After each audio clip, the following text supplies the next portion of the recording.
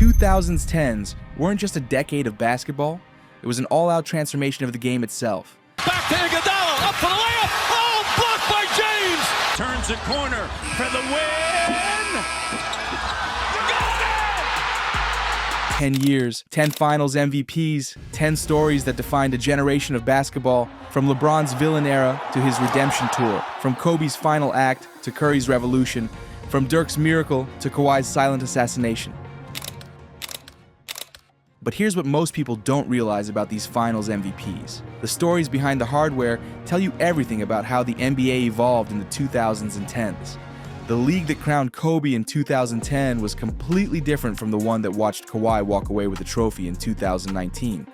So we're breaking down every single finals MVP from the decade that changed basketball forever, the performances that mattered, the moments that defined legacies, and the one finals MVP that nobody saw coming. Court.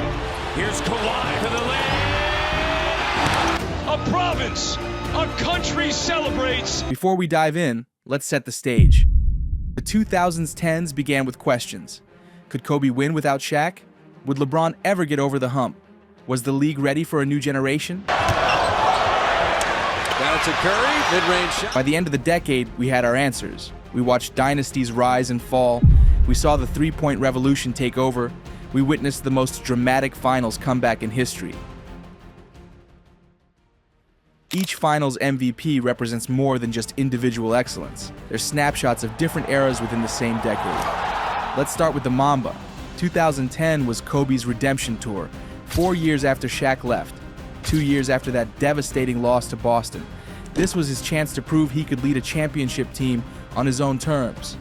The Lakers faced the Celtics in a rematch that felt personal, Game 7 in Staples Center, winner takes all, and Kobe, he shot 6 for 24 from the field, one of the worst shooting nights of his finals career. But here's the thing about Mamba mentality. It was never just about making shots. Kobe grabbed 15 rebounds in Game 7. He played suffocating defense. He got to the free throw line. He made the plays that don't show up in highlight reels, but win championships. When Ron Artest hit that dagger 3 to seal it, Kobe had already done the dirty work. This finals MVP was about proving that greatness isn't always pretty. Sometimes it's ugly, gritty, and relentless. Kobe tied Magic Johnson with 5 rings and silenced every critic who said he couldn't win without Shaq. The 2010s started with old school basketball, physical, defensive, grinded out basketball. Kobe's finals MVP was the last of its kind before the league changed forever. If 2010 was about proving doubters wrong, 2011 was about the impossible becoming reality. Dirk Nowitzki and the Dallas Mavericks weren't supposed to beat the Miami Heat. Vegas had them as massive underdogs. The Heat had just formed their super team. LeBron, Wade, and Bosh were supposed to steamroll everyone. But Dirk had other plans. His finals MVP performance was pure poetry in motion. The one-legged fadeaway became unstoppable. Game after game, Dirk would back down his defender, rise up on one leg, and drain the shot that nobody could guard. It wasn't just a basketball move, it was art. The defining moment wasn't a made shot. It was Game 4 when Dirk played through a 102-degree fever and still dropped 21 points. The man was literally sick and still couldn't be stopped. What made this finals MVP special was the opponent. The Heat weren't just talented, they were supposed to be inevitable. Instead, Dirk dismantled their aura of invincibility. He took on the challenge of guarding LeBron in crucial moments and proved that loyalty, skill, and heart could still beat pure talent. This was Dallas's first and only championship. For Dirk, it was validation of a 13-year journey. For the league, it was a reminder that basketball is still played between the lines, not on paper. After the 2011 collapse, LeBron James was done playing nice. The jokes, the memes, the not-clutch narratives, they all had to go. In 2012, we saw a different LeBron, focused, ruthless, unstoppable. The path to redemption went through Boston. Game 6 of the Eastern Conference Finals, elimination game, LeBron's legacy on the line.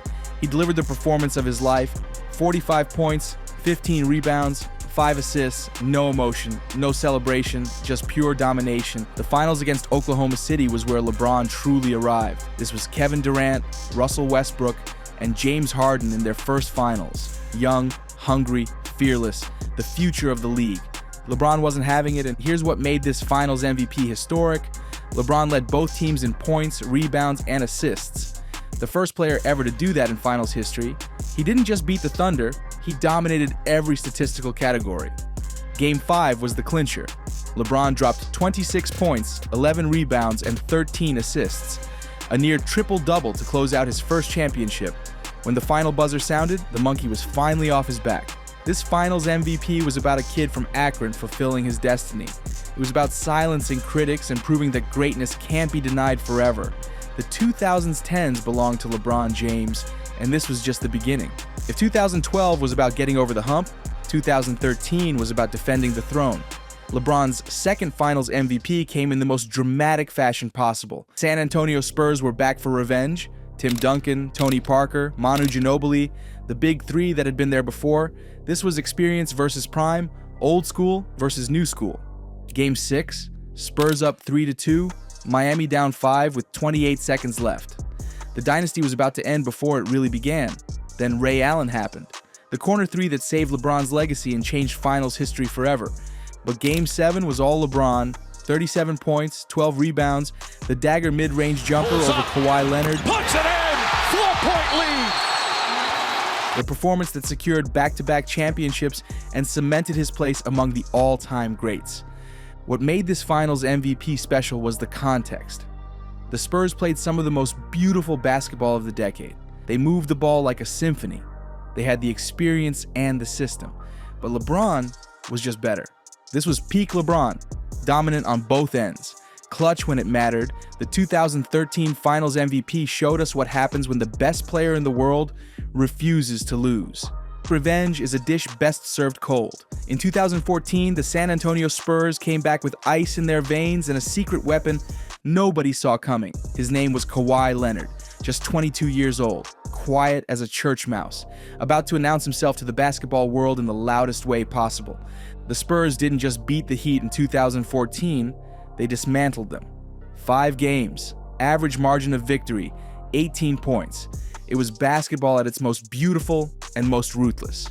While everyone focused on the team's performance, Kawhi was quietly putting together one of the most complete Finals MVP performances of the decade. His numbers don't tell the whole story. The story was his defense on LeBron James. Kawhi used his incredible length, strength, and basketball IQ to make life miserable for the best player in the world.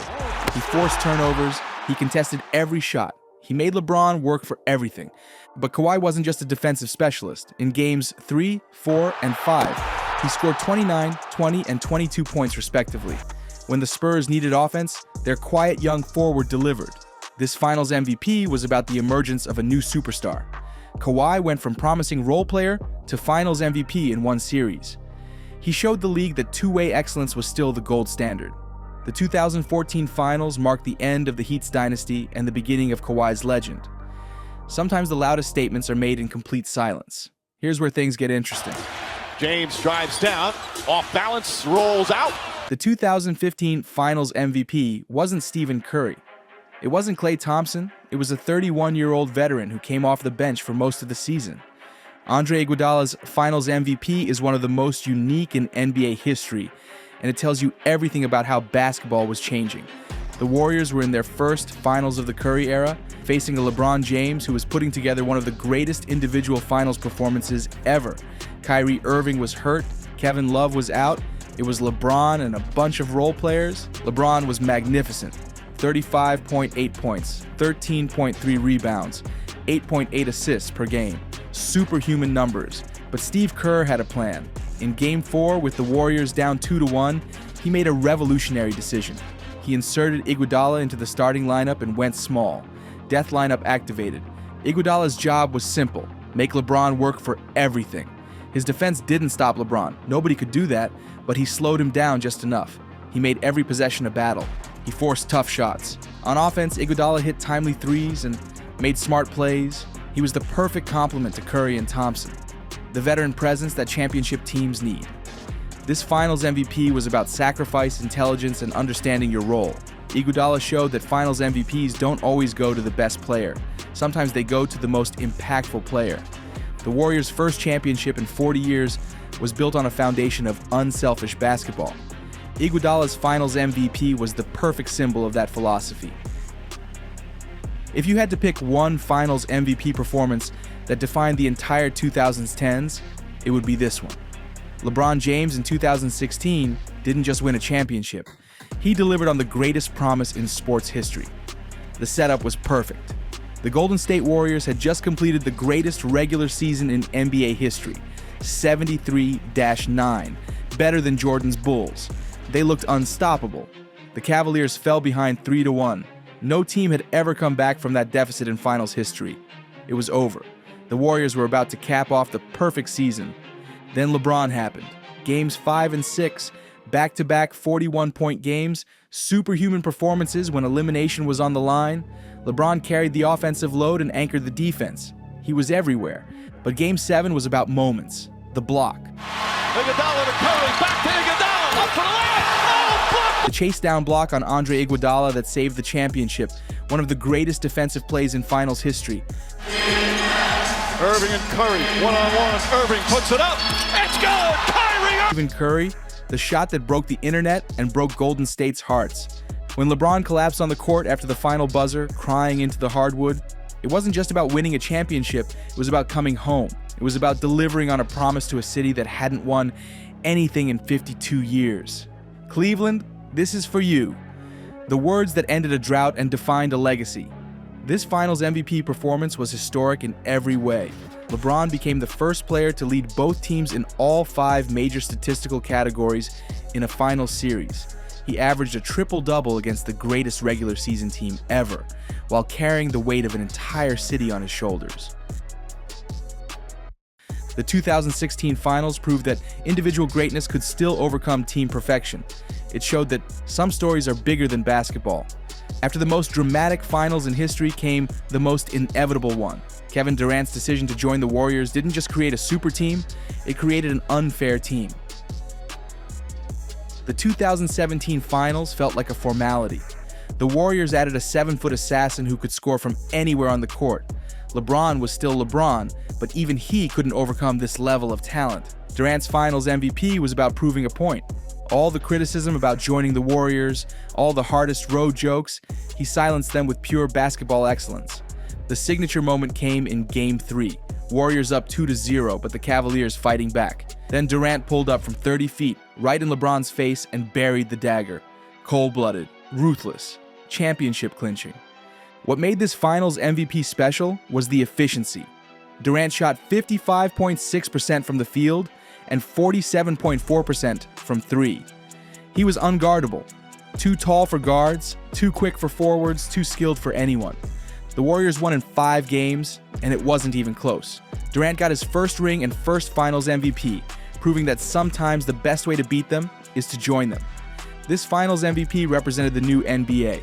Super teams weren't just possible, they were inevitable.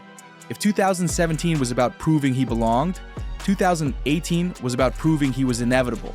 Kevin Durant's second straight Finals MVP came in the most dominant fashion possible. The Cavaliers were back, but they were different, older, more desperate. LeBron was putting together another legendary playoff run, but the supporting cast was falling apart. Game 1 might have been the best game LeBron ever played. 51 points, 8 rebounds, 8 assists. A superhuman performance that should have stolen home court advantage. Instead, J.R. Smith happened. Hill misses. Rebound goes to the Cavs. J.R. Smith brings it back out. Throws it to Hill. Hill shot blocked. The rebound, the confusion, the overtime loss, you could see it in LeBron's face.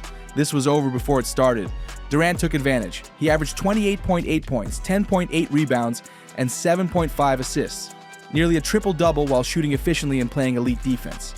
The Warriors swept the Cavaliers, and Durant was the primary reason why. His pull-up 3 in Game 3, another dagger over LeBron, became the defining image of the series. Back-to-back Finals MVPs put Durant in elite company. Only a handful of players in NBA history had accomplished that feat while playing alongside other superstars, proving that great players make each other better. This Finals MVP was about dominance. The Warriors weren't just winning, they were ending eras. LeBron's time in Cleveland was over. Durant was the one holding the hammer. The decade ended with the most unlikely Finals MVP of all. Kawhi Leonard, the silent assassin, had done it again. But this time, he brought a championship to an entire country. The 2019 playoffs were Kawhi's masterpiece. The buzzer beater over Philadelphia, 4 bounces that changed everything. The dominant performance against Milwaukee, the quiet leadership that carried Toronto to their first finals appearance. The finals were about more than individual brilliance. The Warriors dynasty was crumbling in real time. Kevin Durant's Achilles injury, Klay Thompson's ACL tear, the end of an era happening before our eyes. Kawhi took advantage of every opportunity. His finals MVP performance was vintage Kawhi. Efficient offense, lockdown defense, clutch plays when it mattered. He didn't say much, but his game spoke volumes. Game 6 in Oakland. The Warriors' final game at Oracle Arena. Kawhi and the Raptors closed out the dynasty and brought the Larry O'Brien Trophy to Canada for the first time. This finals MVP was about proving that championships could be won anywhere. It was about Kawhi Leonard cementing his legacy as one of the most clutch performers of his generation. The 2010s ended with the quiet kid getting the last word. 10 finals MVPs, 10 different stories, 10 snapshots of how basketball evolved throughout the 2010s. We started the decade with Kobe's old-school grind and ended it with Kawhi's silent excellence. We watched LeBron transform from villain to hero to legend.